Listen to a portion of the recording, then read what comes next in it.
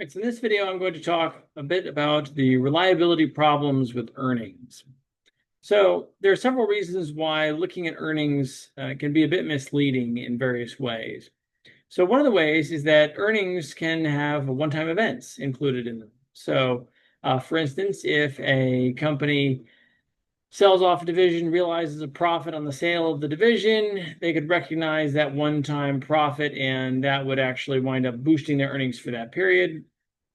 And so if you just look at the bottom line earnings figure and you assume that's going to continue going forward, that may well be a problem. So that could be a problem. And there's going to be another aspect of that that I'm going to come back to in a moment. Also, you could have a situation where a firm has paper earnings. What I mean by that is if you imagine, for instance, a company did something like selling on account, but they haven't collected, they show that they have earnings on their income statement because they've shown they've sold something, and so they show they theoretically made a profit, but they haven't actually gotten paid, then there is a possibility the cash flow is much worse because none of the money actually came in. And then it starts raising questions about if the company is actually going to collect in the future, and if they have an unusually higher amount of basically bad accounts. So then that would mean that they're going to have to write off a bunch more of that those receivables, and that would come back to reduce earnings in the future. So it's possible that a firm has essentially nice paper earnings, but maybe not as much cash flow. It depends on the nature of the situation. There are also some ways in which earnings are subject to manipulation by management. And basically, there have been some studies that have been done where they have researchers have looked at the earnings that companies have reported and relative to the estimates of the earnings that were expected. And you would expect that companies would have a relatively decent statistical bell-shaped distribution, kind of around what was expected. So if this was expected, you expect kind of a nice little distribution around it, where some companies do a little bit better, other companies do just a little bit worse, nice little symmetric distribution. But it turns out when studies have been done on that, that's not really what has been observed. What's been observed is that there is an unexpectedly high probability or occurrence of firms basically just making or just beating the expectations from Wall Street. And there are actually not many firms that like just miss. Generally, they get it, or they get it just a little bit over. There's kind of a little gap in probability where firms that are just a little under, which you'd expect to be just about as likely to be just a little bit over, but far fewer firms report that. And so you wouldn't kind of expect that anomaly. And then there's kind of this unusually large group of firms that sort of miss by a lot. And so basically you have kind of you don't have a nice little even distribution here. And so it starts to look a little bit strange. How is it that all these firms are just making or beating or just exceeding those expectations? What's leading to that?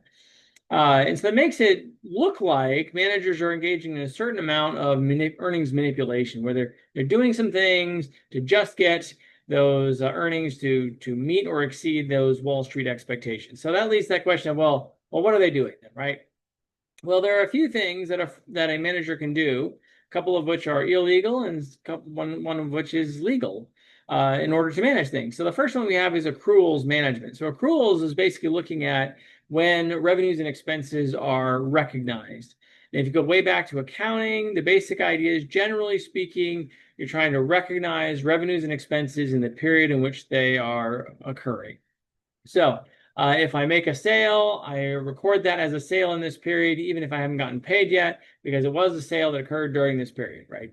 Now, if a manager does not recognize the sale in that period, even though the sale occurred in that period, and they shift it to a different period, then that's where you start getting into the idea of accruals management, where they aren't recognizing expenses or revenues in the proper periods. And so that's illegal. Things are supposed to be recognized in accordance with specific and specified accounting principles. And when managers start messing with that, that's illegal. We got to actually recognize things. Now, sometimes there is some gray area for how things are recognized or not. And that's where things get kind of interesting for the accountants and whether they're following more of an aggressive or conservative policy, and when there's some question about how something should be handled. But the idea behind the accruals management is that basically the managers are just flat out recognizing or not recognizing expenses or revenues in certain periods. They're shifting it to different periods, basically to manipulate earnings to hit the targets they want to hit. And so that would be considered illegal. And that would just flat out affect the bottom line net income figure. Classification shifting is a little bit more subtle. So typically, if a firm has a one-time event, then that one-time event is often split out as a line item on the income statement. So if you had a situation where let's say a hurricane went through and caused severe damage to a facility, this is a very unusual event. This wasn't normal. That may be listed as a line item towards the bottom of the income statement saying, unusual loss from, weather event or something. Well, if that's the case, basically, theoretically, we have some of these expenses that are related to that one-time event. Now, classification shifting basically is when managers kind of shift things on the income statement in terms of which section of the income statement they should be in. So, for instance, if I have that one-time event, the whole point is we should only have the expenses and things that are related to that one-time event listed there.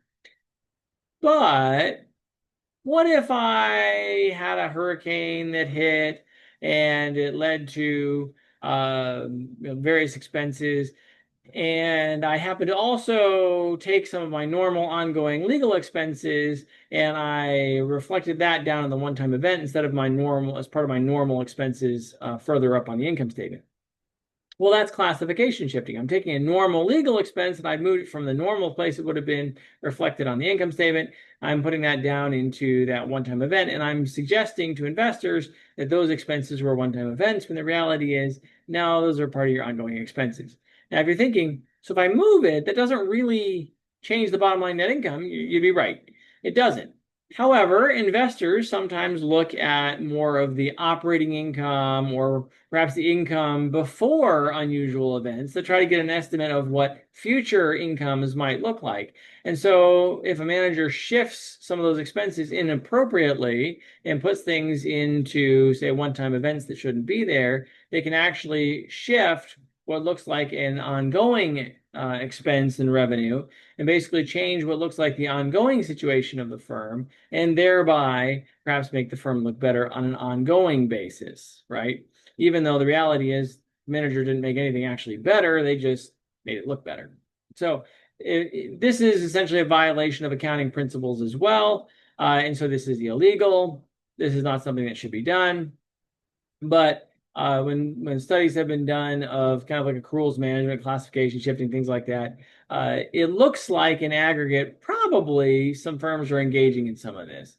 It's just sometimes hard to determine exactly which firms might be doing it, but in aggregate, it kind of looks like firms are probably doing some level of this. And again, that kind of goes back even to that distribution of earnings relative to expectations and estimates. It's just unexpectedly right there at that expectations are a little bit above. You wouldn't expect that normally with a random set of events. Then we get to real earnings management. This is generally going to be legal, but probably isn't good. So let me give you an example of real earnings management. So let's suppose a firm has research and development expenditures that are normally being expensed. And if they take those research and development expenditures that are normally being expensed, if let's say we have a fiscal year end at the end of December, when you hit December 1st, the executives start looking at the firm and they realize, you know what? Looking like we're going to miss those earnings expectations by a little bit. So they pick up the phone or fire off an email or get on the internal chat platform that they're using and basically say, all right, look, we're just going to stop research and development spending this month. Well, that's a valid decision. The executives can decide to stop research and development spending for the month, and that's going to reduce expenses for that month, and that would make earnings look a little bit better. And that's a valid choice. Executives can do that. And that may well boost their earnings for the year just a little bit because we cut off some of those expenses. Now, that's generally going to be legal. They can cut off spending for a category in a month. But if you think about the bigger picture, that would mean that the management is basically cutting off spending on, in my example, research and development for the sole purpose of hitting an earnings expectation. Well, that may not necessarily be good because down the road, maybe we don't have the products being developed in the timely manner. So we're missing out on revenues in the future. And basically, this is possibly getting behind our competitors. This isn't really good for the shareholders to try to just cut this right now for the sole purpose of just hitting in some arbitrary earnings expectation number. So that's generally legal, but not good. So those are some challenges there. Now, there are some other issues that kind of tie in with this, and that would be like if I'm trying to predict or evaluate earnings, what kind of data are we using? Are we using historical data? I mean, are we looking at industry? What are we looking at here? And that starts to, when you start thinking about that, it starts to prompt some other issues. So for instance, has the company changed significantly, or have economic circumstances changed significantly, or the industry? What's been going on? Because if the whole industry, for instance, is in decline, well, maybe I ought not assume that earnings are going to increase, because if the whole industry is declining, maybe that's a bad assumption, right? So I have to start thinking, what am I using to kind of predict, and do I really think that that's a good basis for prediction? And some of the other things that are going to kind of fit with that would then be, has the company changed at all, made a big acquisition? Maybe they divestitures, they got rid of a division, maybe they dropped products, added new products. What has changed for the company? Because if I assume that what they did most recently is going to continue or maybe grow, that's kind of assuming that the business is just going to continue doing what it's been doing. But I've got changes the business could have made. I have economic changes, big picture changes. Things are changing, right? The world is dynamic. And so as a result, it may be a bad idea to kind of assume that those things are going to continue. So you really have to look kind of further into the situation to try to determine what makes a good projection here. What am I basing this off of? How did I get to these numbers? And are these reasonable and so forth? And again, to circle back to like the industry life cycle matters. If you have a situation where you're getting to like a shakeout phase for the industry, and you're getting really stiff competition between companies, leading to shrinking margins and consolidation and things like that. Well, if you're projecting that the company's going to grow their margins in the face of everybody else having shrinking margins, well, that's kind of a tough case. You better have a really good case for that. Or how did you get to that? What led you to that conclusion when that's really contrary to what's going on in the industry, right?